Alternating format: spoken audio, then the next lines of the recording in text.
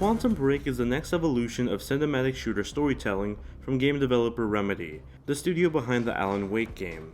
Quantum Break is unique in the way it tells its story, as it's told in the form of a video game as well as a TV show. You see, the game consists of 5 gameplay acts and 4 optional TV show-length episodes that give you further details on what's happening to the supporting cast of characters during the game. The story drops you in the shoes of Jack Joyce, the undermined brother of university graduate genius William Joyce. Jack is called to the university his brother works at by a mutual friend named Paul Serene. Paul warns Jack that he believes his brother is in trouble and that he needs his help.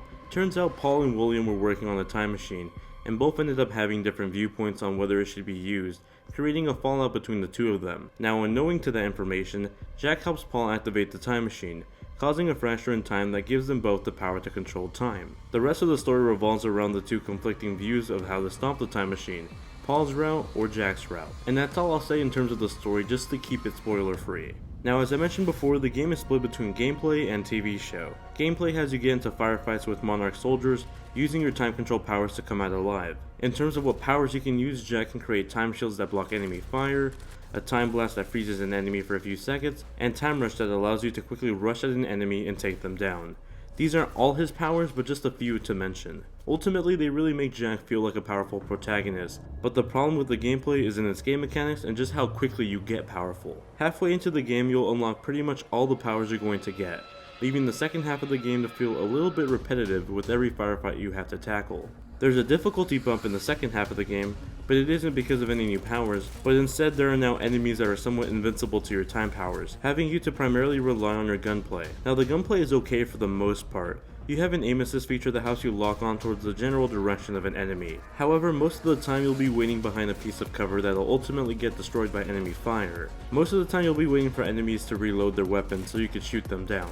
On the heavier shielded enemies, you'll have to sneak up behind them with Time Rush and shoot down their weak spot. Now, when Time Rush becomes a big part of your gunplay, it really does become annoying sometimes, because I'd find myself constantly running towards a character that couldn't be taken down, and since there really isn't a general melee attack besides the takedown feature, I'd be stuck in front of an enemy's gun if I ever got stuck trying to move around some objects in the way.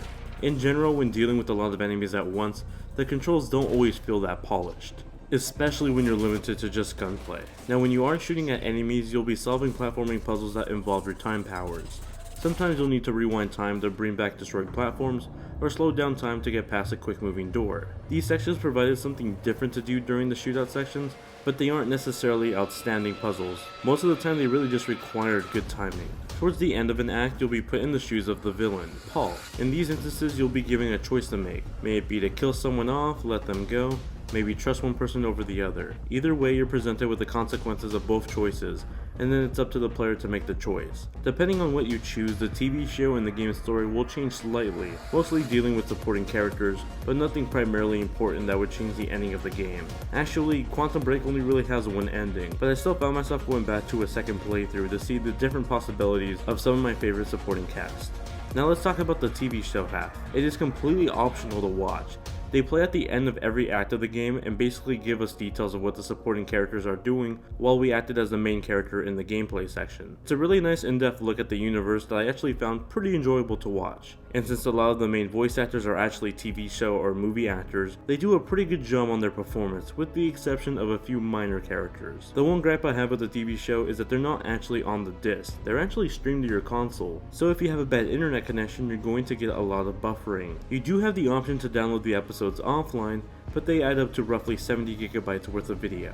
Now, in terms of the visuals, the game runs at 720p 30 frames per second, and for the most part, those 30 frames per second are pretty solid. The only performance hiccup I saw was some short stuttering right before a cutscene played, but nothing really during the actual gameplay, just right before a cutscene. Quantum Break may not be the most technically advanced looking game on the Xbox One, but even then you must admit the game looks pretty. There's a PC version of the game out as well, but it seems more or less like a quickly unoptimized port of the game for PC, and for some reason it still requires a lot of high-end hardware for the recommended setting. Aside from better shadows and reflection quality on the PC, it's pretty much the same as the Xbox One version.